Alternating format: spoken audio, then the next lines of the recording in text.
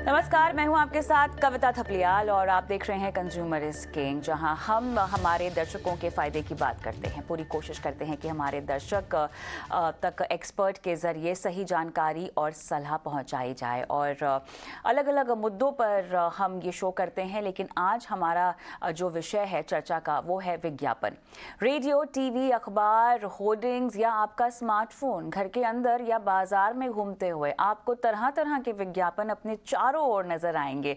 कोई विज्ञापन ये कहेगा कि अपने बच्चे को बिस्किट या नूडल्स खिला दो, तो दूध, रोटी या दाल सब्जी खिलाने की जरूरत नहीं पड़ेगी। सारा पोषण बस बिस्किट या नूडल्स में ही है। कोई विज्ञापन ये दिखाता नजर आएगा कि आप पान मसाला खाकर ऊंचा रुतबा और नाम कमा सकते हैं। स्मार्टफोन में किसी ऐप का इस्तेमाल करते वक्त दुबला पतला होने के विज्ञापनों की भरमार भी आपको मिल जाएगी। तो वहीं आपके ईमेल या फोन के मैसेज बॉक्स में अच्छी नौकरी और मोटी रकम वाली सैलरी का भी मैसेज जरूर होगा। ये भी एक तरह का विज्ञापन ही है। तो आज हम जो शो कर रहे हैं उसमें हम खास चर्चा कर रहे हैं कि कितने सच्चे होते हैं ये विज्ञापन। विज्ञापनों का बच्चों पर आखिर क्या असर पड़ता है? नौकरी के असली नकली विज्ञापनों को कैसे पहचाने? सरकार का विज्ञापनों को लेकर क्या कहना है? और गलत या भ्रामक विज्ञापन के खिलाफ आप क्या कदम उठा सकते हैं? इन तमाम सवालों के जरिए आज हम असली या नकली विज्ञापन के बीच का फर्क समझेंगे। हमारे साथ खास मेहमान के तौर पे जुड़ रहे हैं Harminder Sahni, founder Wazir advisor, Manisha Kapoor, CEO secretary general एस्की, Aditya Narayan Mishra, CEO director CLHR, और रेखा अग्रवाल, कंज्यूमर लॉयर। आप सभी का स्वागत है हमारी इस खास पेशकश में। मनीषा जी, आपके पास आऊंगी क्योंकि विज्ञापन और भ्रामक विज्ञापनों की बात हो रही है, फेक विज्ञापनों की बात हो रही है। ये मुद्दा कोई नया नहीं है, लेकिन देखिए कहीं ना कहीं जब तक हम मसला छेड़ेंगे नहीं तब तक लोगों में जागरूकता आएगी नहीं। लोग सोचने पे मजबूर नहीं होंगे कि क्या वाकई वो जो विज्ञापन देख रहे हैं उसको सही तरीके से ज़िंदगी में अमल करना चाहिए या नहीं करना चाहिए। कहीं ना कहीं विज्ञापन जो है हमारे समाज को भी दर्शाते हैं। तो जिन भ्रामक विज्ञापनों की हम बात कर रहे हैं मनीषा जी, जिन फेक विज्ञापनों की हम बात कर रहे हैं, ये अलग अलग सेक्टर्स में पाए गए हैं। हेल्थ प्रोडक्ट्स में पाए गए हैं। आजकल तो नौकरियों के सिलसिले में भी आप देख रहे हैं कि फर्जी विज्ञापन बनाए जा रहे हैं। ऐसा नहीं है कि आस्की ने इसके बारे में कभी कोई कदम नहीं उठाया, इसका संज्ञान नहीं लिया, बिल्कुल लिया है। लेकिन बताएं बात कहां तक पहुंची है मनीषा जी? जब तक एडवर्टाइजमेंट्स बनते जाएंगे ये बात मुझे लगता नहीं है कि कभी पूरी तरीके से गायब हो जाएगी। तो कई एडवर्टाइजर्स होते हैं जो चाहते हैं बहुत क्विक रिजल्ट्स, और उनके पास जो प्रोडक्ट है या ऑफरिंग है वो एक लेवल की नहीं होती है, और एक्चुअली उसमें से शायद इतने फायदे नहीं हो सकते। तो ये जो आप कह रहे हो वो बिल्कुल भ्रामक विज्ञापनों में की संख्या में आता है, और हर साल हम देखते जाते हैं कि एक्चुअली जो एस्की प्रोसेस कर रही है ऐसे विज्ञापन, स्पेशली डिजिटल के आने के बाद, ये इनकी मात्रा बढ़ती जा रही है। और अगर आप देखें, सोचिए अगर 7-8 साल पहले भी जब डिजिटल इतना नहीं था, तब टीवी और प्रिंट में एक लिमिटेड नंबर ऑफ एड्स आते थे। बहुत थे पर फिर भी एक लिमिट थी उसके ऊपर। आजकल आप देखिए तो कहा जाता है कि इंडियन कंज्यूमर एक दिन में 4,000 से 10,000 विज्ञापन देखता है। जैसे आपने भी कहा, फ़ोन पे आते हैं, हर जगह आते हैं। तो इतने सारे जो विज्ञापन बढ़ गए हैं, मतलब जो क्रिएटिव यूनिट्स जो बाहर आ रहे हैं वो इतने ज़्यादा बढ़ गए हैं। तो उसी हिसाब से हम देख रहे हैं कि भ्रामक विज्ञापनों की तादाद भी कई-कई सेक्टर्स में और कई-कई मीडियम्स पे ये बढ़ती जा रही है। चलिए, सही कहा आपने। खासतौर से सोशल मीडिया के आने के बाद इन विज्ञापनों का चलन कुछ ज़्यादा ही बढ़ गया है। हरमिंदर जी, आप कैसे देख पा रहे हैं भ्रामक विज्ञापनों के चलन को? कितना बढ़ रहा है? आप भी मनीषा जी की बात से अगर इत्तेफाक रखते हैं तो आगे बताएं, आपके पास क्या जानकारी है? जितना जितना कंपटीशन बढ़ रहा है उसमें, और जैसे उन्होंने कहा भी 4 से 10,000 एड्स देखते हैं लोग, तो कुछ ना किस तरह से अटेंशन पकड़ी जाए, किस तरीके से लोगों का ध्यान उस पे आए, किस तरीके से लोग उनकी एड को देखें, उस पे रुकें, उसको समझें। तो उसको कुछ करने के लिए कुछ भी किया जाता है, राइट? अब भ्रामक की अगर बात करें तो भाई जब किसी को मेकअप करके या किसी को खाने की चीज की, मतलब प्लास्टिक का मॉडल बना के उसको दिखाया जाए, आपको फल को या किसी चीज को, इवन पिज्जा जो है उसका एक वो बना के दिखाया जाए, तो वो नकली ही बना के दिखाया जा रहा है क्योंकि वो अच्छे से दिखना चाहिए, राइट? लेकिन इंटेंट क्या है उसको दिखाने में कि आप उसको इम्प्रेस करना चाह रहे हैं, उसकी अटेंशन कैप्चर करना चाह रहे हैं। कंपटीशन बढ़ने से ये चीज बढ़ना मतलब लाजमी था, ये होगा ही, और ये कभी भी कम जीरो नहीं हो पाएगा। हम उसकी कोशिश कर सकते हैं, कानूनी इसको पकड़ेंगे, लेकिन इसका सबसे बड़ा इश्यू ये है कि विज्ञापन का एक पर्पस है, सिर्फ कंपनीज के लिए नहीं, लोगों के लिए भी। मुझे कुछ खरीदना है तो मुझे जानना है कि क्या क्या अवेलेबल है, राइट, किसी भी समय के ऊपर, और मुझे उस चीज की जानकारी अगर मिलनी मैं कंपनी से चाहता हूँ, उनकी एडवर्टीजमेंट से समझना चाह रहा हूँ, मेरा उससे अगर विश्वास उठता है ये झूठ हो सकता है, गलत हो सकता है, तो फिर अपने आप में ज्यादा बड़ा इशू हो रहा है इसमें। तो जो लोग भी इसको कर रहे हैं, जो स्पॉइल करने की कोशिश कर रहे हैं, जो झूठी बातें करने की कोशिश कर रहे हैं, एग्जैक्टली जैसे आपका अकाउंट्स में होता है कि पब्लिक लिस्टेड कंपनी है, उसके अकाउंट्स ऑडिट होने चाहिए, उसके अकाउंटेंट्स है, उसका सीएफओ है, सारे लोग रिस्पॉन्सिबल होने चाहिए। आई थिंक उसी दिशा के अंदर एक कदम लेने होंगे कि कुछ भी अगर ऐसा होता है तो उसको खुद खुद ब खुद उसको एहसास होना चाहिए कि बहुत बड़ा रिस्क ले रहे हैं करने से, क्योंकि पूरा इकोसिस्टम अगर इससे हिल सकता है तो उसके रिपरकशंस भी उतने ही स्ट्रांग होने चाहिए। और जो बुरे लोग हैं, जो क्रुक्स हैं, जिन्हें झूठ बोलने की आदत है, जिनको तरीका ही समझ में आता है, वो करते रहेंगे, लेकिन उनको पता होना चाहिए कि इसकी कॉस्ट क्या है। तो आज की डेट में मुझे लगता है कि कहीं ना कहीं उसका उसका इम्प्लीकेशन उनके ऊपर क्या आने वाला है, ना वो इतना क्लियर है, ना वो इतना सीरियस है कि लोग इससे खुद पीछे हट जाए। तो सबसे बड़ा आई थिंक चैलेंज यहाँ पे है, क्योंकि इसके वाइडर इफेक्ट को अगर समझेंगे ना तो फिर उसके ऊपर अटेंशन ज्यादा जाएगी। अगर ऐसा सोचेंगे कि हाँ चलता है, थोड़ा बहुत होता ही है, जब इतना हो रहा है तो उसमें इतना हो जाएगा, लेकिन ये अपने आप में एक बहुत बड़ा मैटर बन सकता है। जैसे आपने आज इस पे अटेंशन दी है, इस पे बात कर रहे हैं, और इस पे बात होगी तो कहीं ना कहीं लोग बोलोगे ना, तो फिर किसके पे विश्वास करें, किस पे नहीं करें। लेकिन और इस तरह के विज्ञापनों को टूल जब तब मिलता है रेखा जी, जब बड़े बड़े सेलिब्रिटीज इनको एंडोर्स करते हैं, जब बड़े बड़े सेलिब्रिटीज जो हैं बेचे जा रहे प्रोडक्ट्स के ऊपर दावा करते हैं, अपना विश्वास दिखाते हैं। ऐसा नहीं है कि इनको लेके मापदंड नहीं आए हैं, आस्की ने कई बार यहाँ पे गाइडलाइंस निकाली है, लेकिन जैसा अरविंदर जी कह रहे हैं कि कितना मानेंगे लोग, है ना, कितना इसको अमल में लेकर आएंगे, सीरियसनेस कितनी है, कितनी सीरियसनेस है? देखिए, मेरे तजुर्बे से मैं यही कह सकती हूँ कि ये जितने विज्ञापन आजकल हम देख रहे हैं तो इनको कंज्यूमर प्रोटेक्शन एक्ट के तहत 1986 का जो कानून था उसमें भी, और जो 2019 के अंदर कंज्यूमर प्रोटेक्शन एक्ट के अंदर संशोधन हुआ, दोनों के तहत ये जो भ्रामक विज्ञापन होते हैं उनके उनके बारे में बहुत पुख्ता कानून है। और 2019 के कानून के अंदर तो और भी ज्यादा उनको सख्त बना दिया गया है। तो जहां पर आपने सेलिब्रिटीज की बात करी, तो ये जो देखिए, जब तक कोई चीज दिखेगी नहीं, मार्केट के अंदर दिखेगी नहीं, तब तक वो बिकेगी नहीं। जो दिखता है वही बिकता है। तो विज्ञापनों के अंदर थोड़ी एग्जैजुरेशन, जिसको हम हिंदी में कहेंगे अतिशयोक्ति, थोड़ा बहुत बढ़ा चढ़ा के एग्जैजुरेट करके उसको दिखाया जाता है। परंतु अब जहां पर कोई एडवर्टाइजमेंट, जो विज्ञापन किसी की कोई सेहत को असर करता है, या किसी को मनोवैज्ञानिक रूप के ऊपर उसके ऊपर असर करता है कि जो गलत है, तो उसको हम भ्रामक एडवर्टाइजमेंट कहते हैं। एडवर्टाइजमेंट तो सभी होते हैं, पर उसको एक मिसलीडिंग नहीं होना चाहिए। एग्जैजुरेटेड हो सकता है, पर वो मिसलीडिंग नहीं होना चाहिए। तो उसी मिसलीडिंग एडवर्टाइजमेंट्स को रोकने के लिए, जो आपको, जिसको कहते हैं कि एक वो दिखाते हैं पिक्चर जो असल में होता नहीं है, आपको एक तरह का इंड्यूस करते हैं कि जैसे अभी आपने उदाहरण दिया कि अगर आपके बच्चे ये खाएंगे तो उसके बाद उनको दाल रोटी सब्जी खाने की जरूरत नहीं है, अगर आपने वो बिस्किट खरीद लिया, अगर आपने फलानी चीज खरीदी तो आपका समाज के अंदर बहुत बड़ा रुतबा बन जाएगा। तो ये एडवर्टाइजमेंट जो है ये बिल्कुल मिसलीडिंग है, इनके ऊपर चेक लगाने की बहुत जरूरत है। और इसीलिए जो 2019 का जो कानून आया है उसने खास करके एक, जिसको कहते हैं आंसरेबिलिटी, जो बड़े बड़े सेलिब्रिटीज हैं, भले वो फिल्म स्टार्स हैं कि भले वो एक्टर्स हैं, एक्ट्रेसेस हैं, हमारी बॉलीवुड की एक्टर्स एक्ट्रेसेस बड़े बड़े विज्ञापनों के अंदर आती हैं, उनके लिए 2019 के कानून के अंदर ये बनाया गया है, कानून बनाए गए हैं कि जो भी सेलिब्रिटी किसी चीज को एंडोर्स करता है कि भाई आप फलानी चीज खाइए, उससे आपकी सेहत अच्छी हो जाएगी, आप फलानी हाउसिंग सोसाइटी के अंदर इन्वेस्ट करिए, आपको अपना जीवन का सपने का एक घर मिल जाएगा। तो क्या उस सेलिब्रिटी ने उस प्रोडक्ट को आजमा के देखा हुआ है? वो आपको बेच तो रहा है, वो आपको आपके मनोविज्ञान के ऊपर, आपकी मानसिक स्थिति के ऊपर असर कर रहा है कि देखिए मैं एक एक्टर हूं, मैं इस चीज को खाता हूं तो देखो मैं इतना तंदुरुस्त हो गया हूं, या मैं एक एक्ट्रेस हूं, मैं फलाने साबुन से नहाती हूं, मैं इतनी सुंदर बन जाती हूं, मैं भी ऐश्वर्या राय बन जाऊंगी। तो जो इस तरीके के एडवर्टाइजमेंट जो आपको गुमराह करते हैं, उनके अंदर कंज्यूमर प्रोटेक्शन एक्ट 2019 ने ये कानून बनाया है कि सेलिब्रिटीज उनको तब तक एडवर्टाइजमेंट्स नहीं करेंगे, उनमें पार्टिसिपेट नहीं करेंगे जब तक वो ये इसके लिए जवाबदेही देने के लिए तैयार नहीं हो कि हाँ साहब हमने भी इसको आजमा के देखा हुआ है, मैंने भी उस क्रीम को या उस साबुन को इस्तेमाल करके देखा हुआ है, या मैंने उस हेल्थ सप्लीमेंट को खा के देखा है जिससे मेरे बच्चे की जो सेहत है वो अच्छी हो गई है।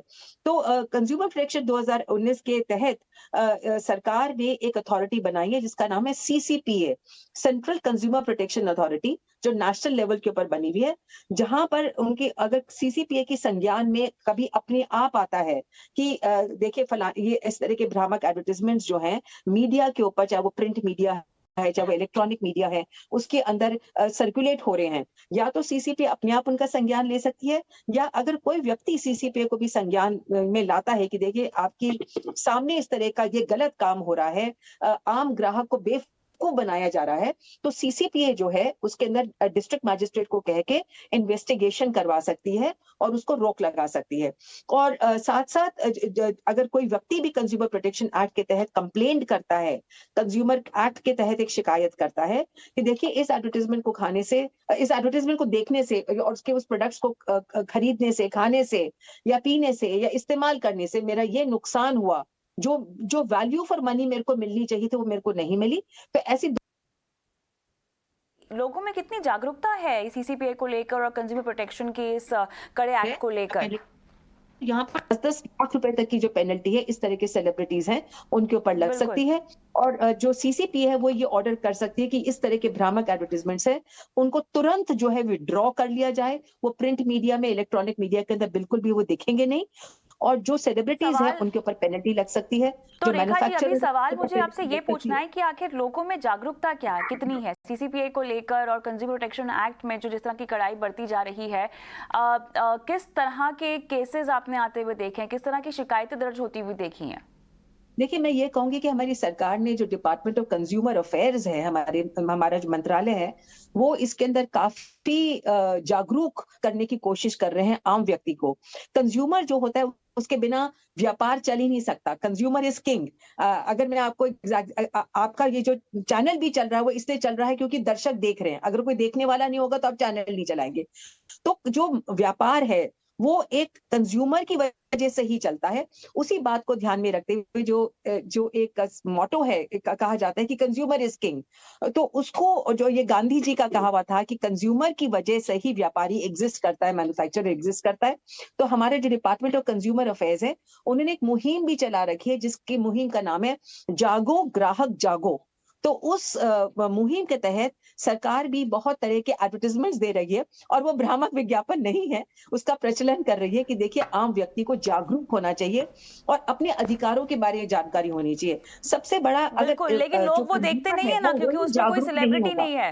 लोग वो देखते नहीं है क्योंकि उसमें कोई सेलिब्रिटी नहीं बोलता हुआ दिखाई देता ना, इसीलिए। बहरहाल आदित्य जी के पास मैं जाना चाहूंगी, क्योंकि फर्जी नौकरियों के जो विज्ञापन है ना, ये बहुत ज्यादा आते हुए दिखाई दे रहे हैं। इनफैक्ट बड़ी बड़ी कंपनियों के नाम भी इसमें शामिल हुए हैं। कंपनियों को बाकायदा यहाँ पे बयान जारी करना पड़ रहा है कि आपको एक फेक जॉब अलर्ट हम बता रहे हैं और इस नाम से, हमारे नाम को इस्तेमाल करके नौकरियों के ऑफर लोगों के पास जा रहे हैं।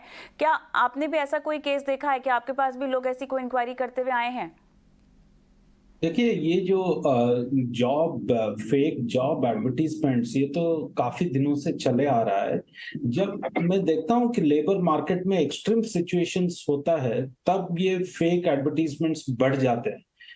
एक्सट्रीम सिचुएशन यानी कि बहुत ज्यादा रिक्रूटमेंट हो रहा है या बहुत कम रिक्रूटमेंट हो रहा है, तब लोगों के अंदर एक ग्रीड पैदा होता है, एक एंजाइटी और एक कभी कभी एक लॉस ऑफ होप कि मुझे नौकरी नहीं मिल रही है, तो मुझे कोई भी कुछ इंतजाम करना पड़ेगा जैसे कि मुझे एक नौकरी मिल जाए।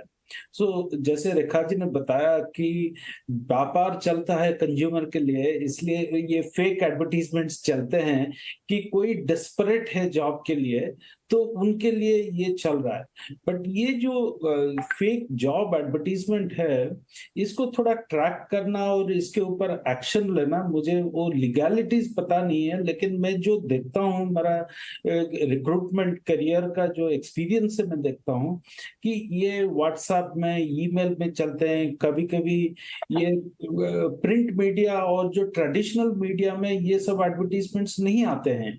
ये 1-to-1 वर्ड ऑफ माउथ ऐसे स्प्रेड हो जाते हैं, क्योंकि बहुत सारे ऐसे डेस्परेट लोग हैं हमारे देश में जिनको नौकरियां ठीक से नहीं मिल रहा है, या जो नौकरी पे हैं वो लोग, उनको जितना इनकम चाहिए उतना इनकम नहीं हो रहा है। इसलिए जब जॉब मार्केट थोड़ा टाइट होता है तब भी ये बढ़ जाता है, या जब जॉब मार्केट, जैसे कि पैंडेमिक का सिचुएशन आया कुछ साल पहले, 2-3 साल से हम लोगों का वो पैंडेमिक का सिचुएशन रहा, बहुत सारा रिक्रूटमेंट बंद हो गए, तो लोगों का डेस्परेशन बढ़ गया। तो तब कोई बोलता है कि आप डिजिटल मार्केटिंग जॉब थाईलैंड में है, या कि ये जॉब है, आप इतना ये लिंक में क्लिक करो और ये जॉब आपको मिल जाएगा, इतना पैसा दे दो ये जॉब मिल जाएगा। ऐसे बहुत सिचुएशंस हमने देखा हुआ है। जैसे कि आईटी रिक्रूटमेंट जब पूरा बहुत हाई लेवल पे था, या बीपीओ का रिक्रूटमेंट बहुत हाई लेवल पर था, तब इतने सारे लोगों को ऐसे सब मैसेजेस आते थे, कॉल्स आते थे, उसके बेसिस पे बहुत सारे लोग पैसा गवाए हैं। तो हमने कैसे पहचाना अक्टूबर के जानिए यहाँ महीने पर में, आदित्य जी, कैसे ये पहचाना जाए कि कौन सा फेक जॉब अलर्ट है, कौन सा असली है?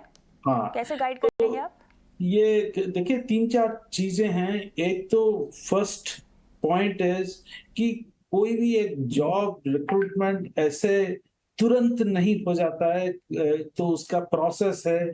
कभी भी एक एडवर्टीजमेंट बोलता है कि आप इतना पैसा दे दो, या इसको ये लिंक पे क्लिक करो तो आपको जॉब तुरंत मिल जाएगा। कोई भी प्रॉमिस अनरियल लग रहा है तो that is the first alert कि किसी को सस्पिशियस होना चाहिए before doing this. And second, वो कौन सा डोमेन से ईमेल आया हुआ है, क्योंकि मैक्सिमम ये ईमेल पे चलता है, तो ये कौन सा डोमेन से आ रहा है। कोई भी कंपनी का जॉब, जैसे कि टाटा मोटर्स हो गया, टीसीएस हो गया, इन्फोसिस हो गया, मैं कुछ एग्जांपल्स लेकर बोल रहा हूँ कि वो जो ईमेल आता है वो टाटा मोटर्स से आया है कि और कहीं जीमेल, रीडिट मेल, याहू मेल, वहां से आया है, लोग नहीं देखते हैं। और तीसरा जो है, जो लिंक जो दिया होता है कि ये लिंक पे आप क्लिक करिए और आप इतना पैसा देकर रजिस्टर करिए, आपको जॉब मिल जाएगा या इंटरव्यू कॉल आ जाएगा। This is what typically these fake job advertisement से, वो लिंक को चेक करना पड़ेगा। ये 3 चीज ध्यान में रखना पड़ेगा। हम लोग अक्टूबर के महीने पे एक सर्वे किए थे एक्चुअली कैंडिडेट कम्युनिटी में कि आप क्या करते हैं, तो हमने देखा कि 47% ऑफ द कैंडिडेट्स, वो लोग चेक नहीं करते हैं कौन सा ईमेल आईडी से ये मैसेज आ रहा है और क्या लिंक है, वो लिंक का क्या वैलिडिटी है, या वो लिंक आप देखेंगे तो पता चल जाएगा ये इन्फोसिस से आया है कि और कहीं से आया है। तो अवेयरनेस का इशू है, लोगों में थोड़ी सी जागरूकता होनी चाहिए और थोड़ा सा होमवर्क करना चाहिए। लेकिन मनीषा जी के पास जाना चाहूंगी, बिकॉज मैं चाहती हूँ कि आप वो तमाम गाइडलाइंस दर्शकों को समझाएं, क्योंकि फेक विज्ञापनों पे हम चर्चा तो कर रहे हैं, लेकिन अब कहीं ना कहीं ये ग्राहकों पर और उपभोक्ताओं पर होता है कि वो सही तरीके से पहचाने कि असली विज्ञापन कौन सा है, नकली विज्ञापन किस तरह का है। तो जो गाइडलाइंस आस्की ने जारी की है मनीषा जी, वो हमें समझाएं। हाँ जी, तो ये सही कहा जो आदित्य जी ने भी कहा और रेखा जी और हरमिंदर जी ने भी कहा कि जो एक कंज्यूमर में भी एक अवेयरनेस होनी चाहिए। वो हमारे कंट्री में थोड़ी कम मात्रा में मैं कहूंगी, और ये भी होता है कि जब कोई, अगर हम में से भी कोई, अगर कोई ऐसा एडवर्टाइजमेंट देखता है और हमें पता भी चल जाता है वो फेक है, तो हम एक्चुअली उसके बारे में कुछ करते नहीं हैं, हम कंप्लेन नहीं करते हैं, हम अथॉरिटीज को नहीं बताते हैं। तो ये भी एक होता है जो प्रोसेस है ना फर्जी मनीषा जी, क्योंकि वो जो पूरा प्रोसेस है ना वो बहुत लंबा है और एक उपभोक्ता ग्राहकों को लगता है कि कौन पड़ेगा इस पचड़े में। हाँ, तो वही मैं आपको बताने जा रही हूँ कि जैसे जो भ्रामक विज्ञापन है, अभी जैसे ASCII का जो तरीका है, आप एक हमें व्हाट्सएप भेज सकते हैं। अच्छा। आप जो हमारा न्यू कंप्लेंट सिस्टम है, आप उस पर अगर लॉग इन करेंगे तो एक चैटबॉट आपको एक्चुअली मदद करेगा कंप्लेंट दर्ज करने में, और उसके बाद आपका काम खत्म। उसके बाद हम इसके पास जाते हैं, एडवर्टाइजर के पास, उनसे जानकारी लेते हैं, एक एक्सपर्ट कमेटी बैठती है, वो सब चीजों को देखती है। और आपको जैसे जैसे आप स्विगी पे देखते हैं कि आपका खाना कहाँ पहुंचा, उसी शिकायत करने तरीके के से बाद आप हमें कैसे ट्रैक पता भी कर चलेगा सकते कि हैं कि आप आस्की ने कोई कंप्लेंट कदम उठाया है? शिकायत करने के बाद हमें कैसे पता चलेगा कि आस्की ने कोई कदम उठाया है? तो अगर आप शिकायत करें तो आपको अपडेट्स आएंगे, आपको आपका एक लॉगिन होगा, आप डैशबोर्ड देख सकते हो अपने खुद का, और आपको जैसे कंप्लेंट आपकी मूव होती है सिस्टम में तो आपको अलर्ट्स आते हैं।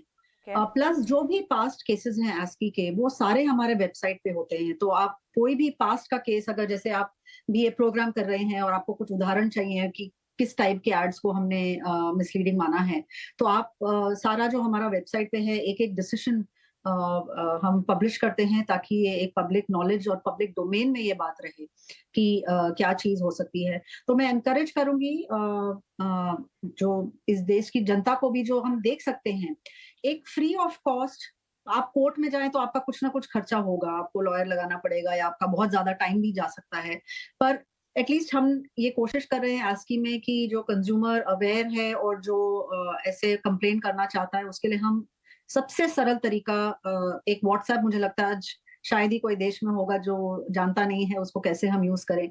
आप एक व्हाट्सएप पे भी हमें कंप्लेन भेज दो तो हम हमारे से आपको एक रिस्पॉन्स आएगा। रविंदर जी, और यहाँ एक पर guided way अकाउंटेबिलिटी में की आप बात अपनी हो रही complaint है, कर और मेरे ख्याल से जो कदम यहाँ पर आस्की ने उठाया है, केवल एक व्हाट्सएप के जरिए आप शिकायत दर्ज कर सकते हैं, ये नाकाफी है या काफी है? जी, मैं इसको थोड़ा एग्जैजरेटेड कंपैरिजन अगर करूं तो हमारी जैसे फार्मा इंडस्ट्री है, जैसे हमने कहा किसी को गलत चीज खाने से नुकसान हुआ है, जानकारी से नुकसान हुआ है, साइकोलॉजिकल हुआ है, तो फार्मा में अगर कुछ भी गलत होता है तो ऑब्वियसली जान का नुकसान होने का डर है, उसमें सेहत पे असर पड़ने का डर है। तो वहां भी बहुत सारे कानून है, बहुत सारी चीजें हैं। लेकिन मैं इसी तरीके का 3-4 साल पहले इस केस को देखा कि वहां बहुत सारी चीजें, लेकिन कंज्यूमर्स को एक तो पता नहीं है कि क्या है, लेकिन अगर पता भी है, कंप्लेन है, उसके बाद जो इम्प्लीकेशन है, सबसे इंपॉर्टेंट पार्ट वो आता है कि भाई इम्प्लीकेशन क्या है उसके ऊपर, जब जिसने ये गलत किया तो वो वो पार्ट जो है ना, क्योंकि जब उसका फिर एक केस बनता है तो बहुत सारे लोग इस कारण नहीं करते हैं कि इससे मुझे क्या होगा। राइट, कानून इस तरह से चलता है कि अगर मैंने किसी को देखा कि उसके साथ क्या हुआ, राइट, तो क्योंकि जैसे जिनको कंप्लेन करनी है उन्हें ही आइडिया नहीं है, तो जो गलत कर रहा है उसको आइडिया भी है, तो क्या होगा, 25,000 रुपया फाइन हो जाएगा, ठीक है देख लेंगे, राइट। तो ये वाला जो पार्ट है ना, इम्प्लीकेशन वाला पार्ट, क्योंकि मेरा बार बार सवाल ये आता है कि अपने आप में विज्ञापन जो है ये नेसेसिटी है, ये एक जरूरत है, और ये बहुत इंपॉर्टेंट पार्ट है ओवरऑल कंज्यूमर मार्केट का। तो ये कहीं डिस्टर्ब होती है चीज, इसके ऊपर विश्वास उठना वो बड़ी गलत बात है। उसमें जब हम बात करें विज्ञापन की, नौकरियों के लिए लोगों की विज्ञापन की बात करें, वहां पे लोग वो फेक सारी चीज कर रहे हैं, इससे तो सारा सिस्टम हिलता है। तो इम्प्लीकेशन बहुत स्ट्रांग होनी चाहिए। तो कहीं ना कहीं ये कितना जुर्माना है, कितनी पेनल्टी है और उस पर क्या होगा, वो मुझे जानकारी नहीं कितना, लेकिन उसका स्ट्रांग होना बहुत जरूरी है, क्योंकि उसके कारण डेटरेंट जो है ना, वो लोगों के लिए जो वो बनता है। आखिरी समय मेरे पास, important है। आखिरी 1 मिनट है। आदित्य जी भी अपना हाथ उठा रहे हैं, सर क्या बोलना चाहते हैं? हाँ, मैं ये बोलना चाह रहा था,